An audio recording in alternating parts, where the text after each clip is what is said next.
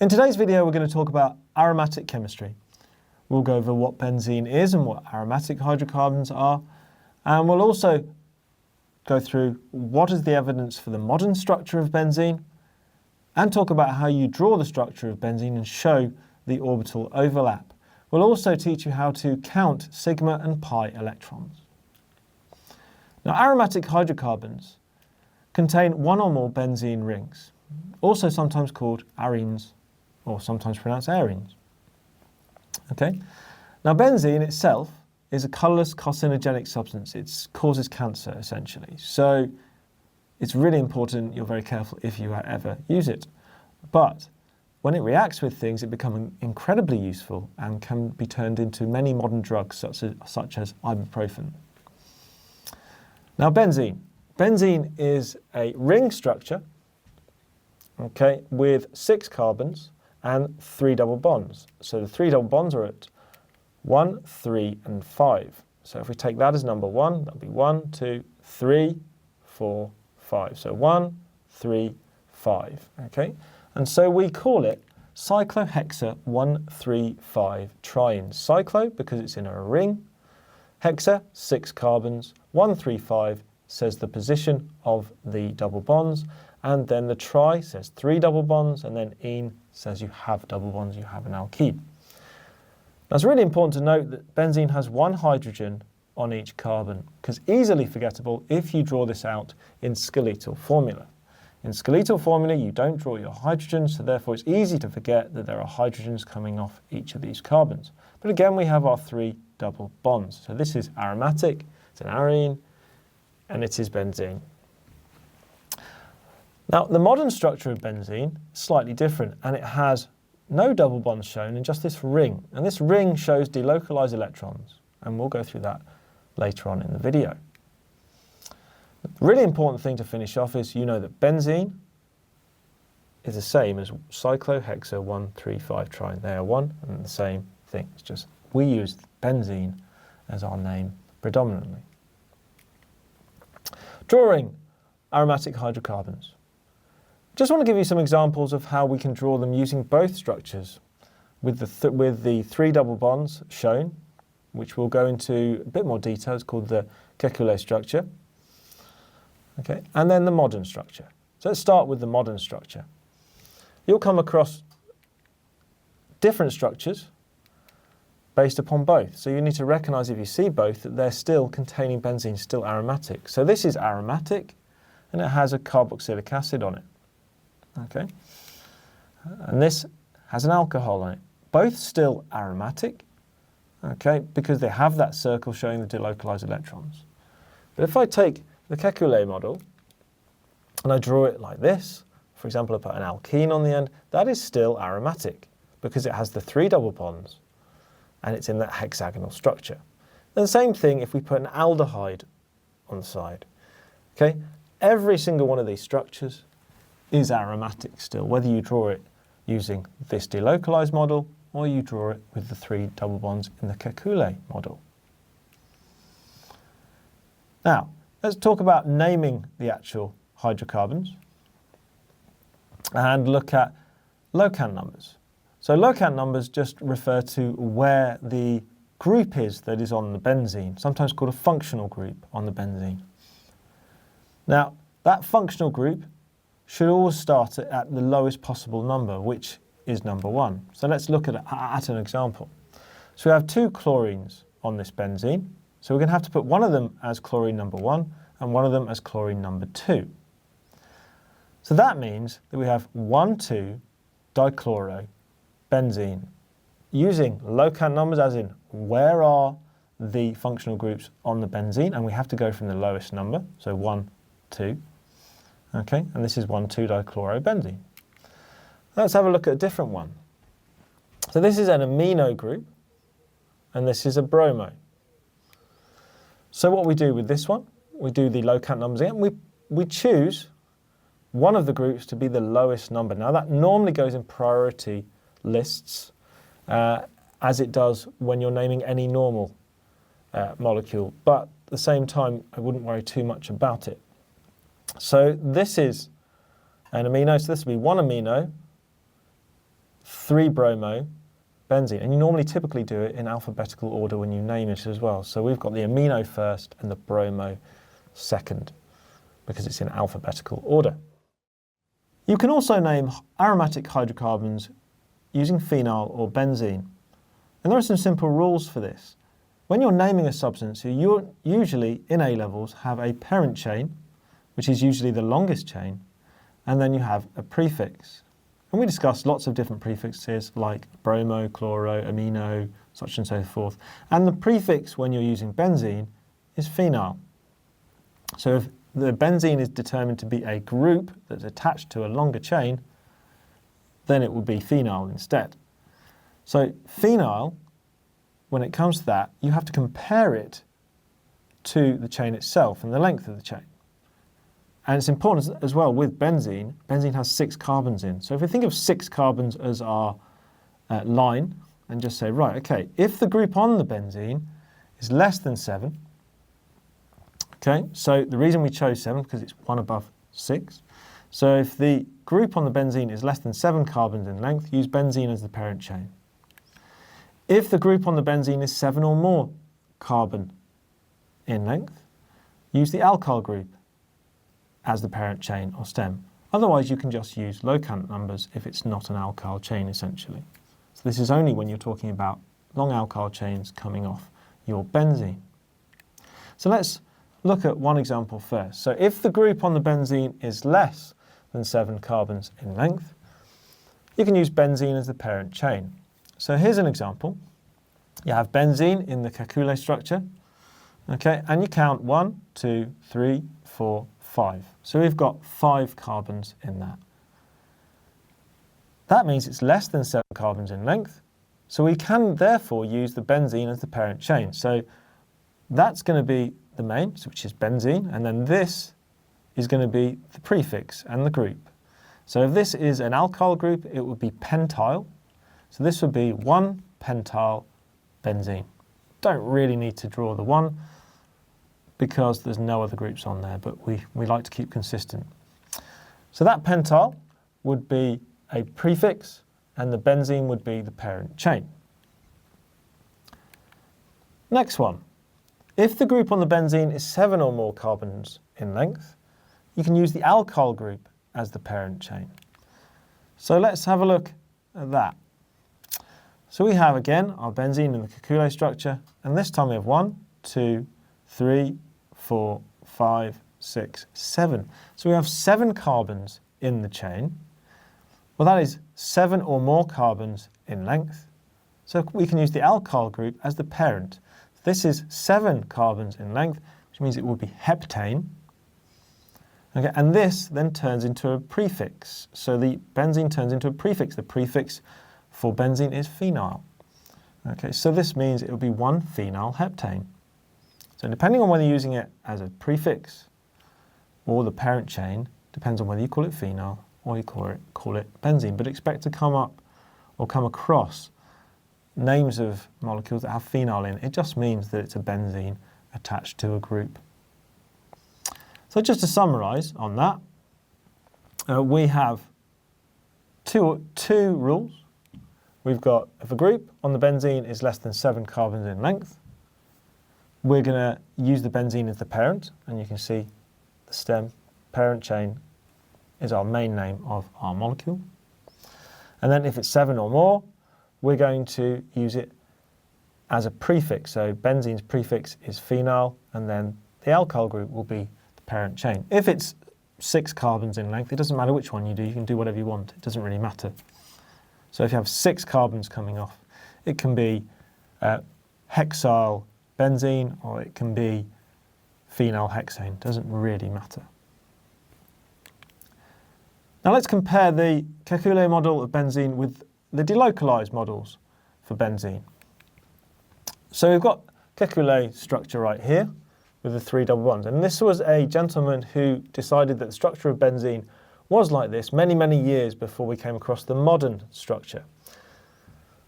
So what we want to do is prove in our A-levels that Kekulé structure is not correct and our modern structure is correct. And there are bits of evidence to explain that.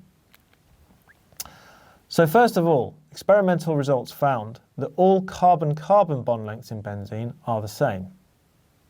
Now why does that matter? Why does that mean Kekulé's model, is wrong?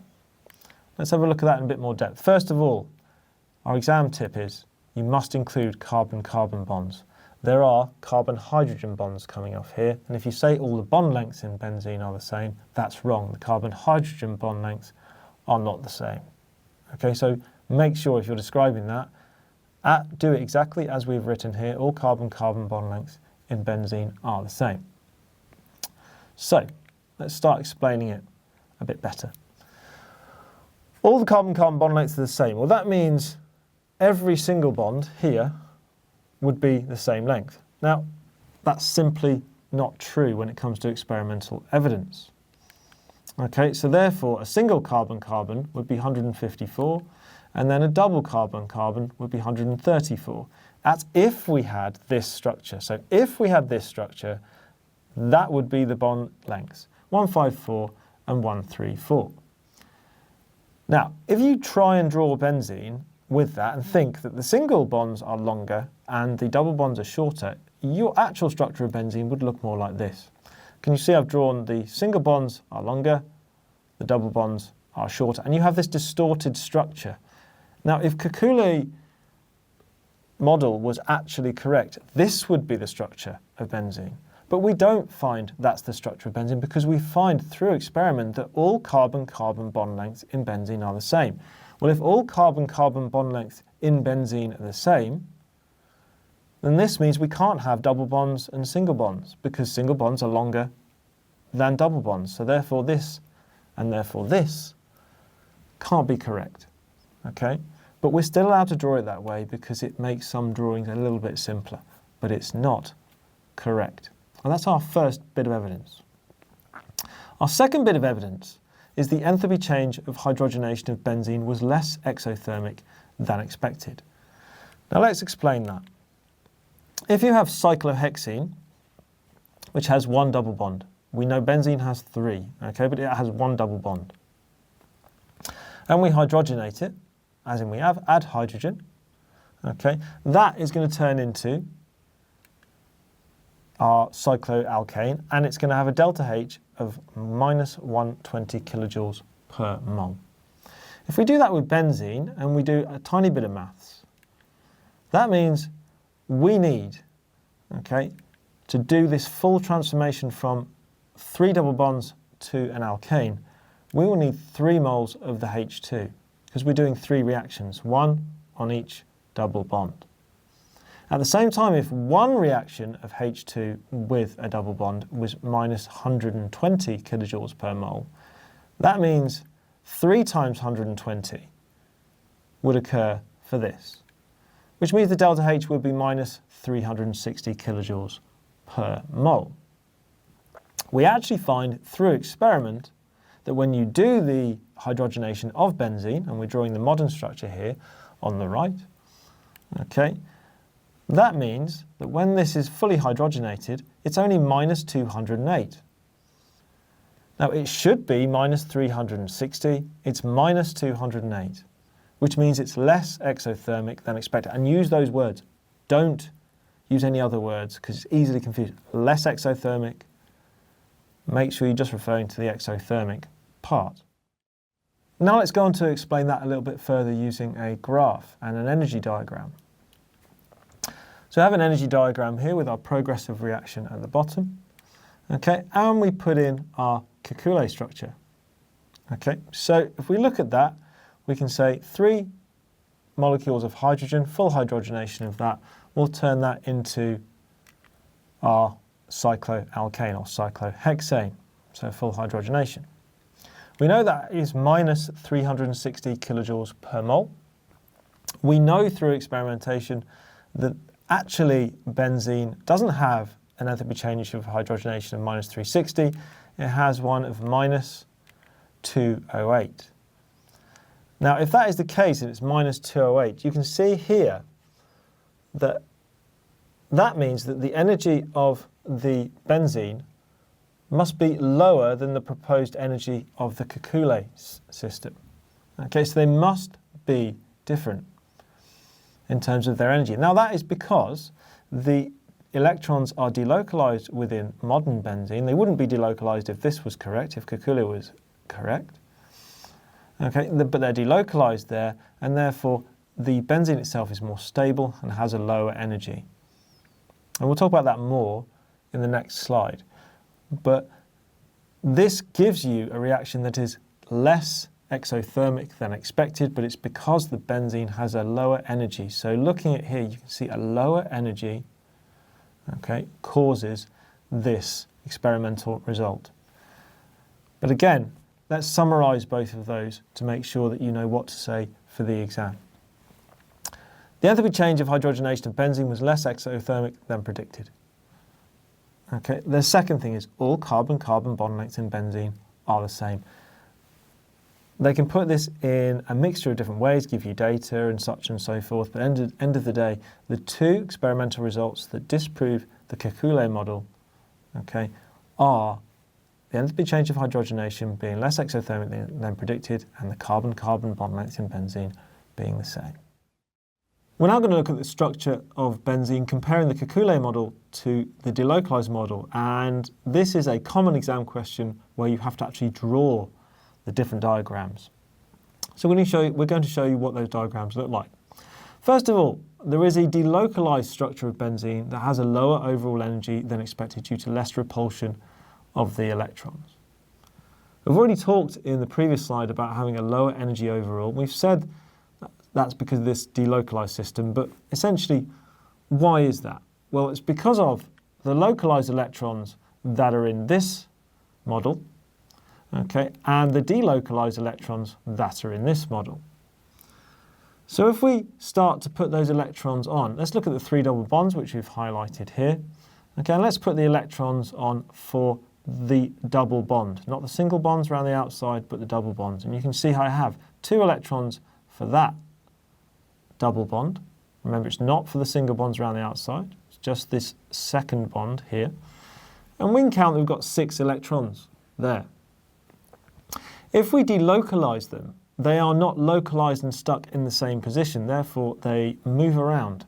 And you can see here, what that results in is the fact that the localized ones are closer together and they repel more and therefore have a higher energy, but our delocalized ones can flow around, and you can see them here. They're further apart from each other. You see the bigger distance from each other, further apart, less repulsion, and therefore a lower energy. More repulsion, higher energy, less repulsion, lower energy.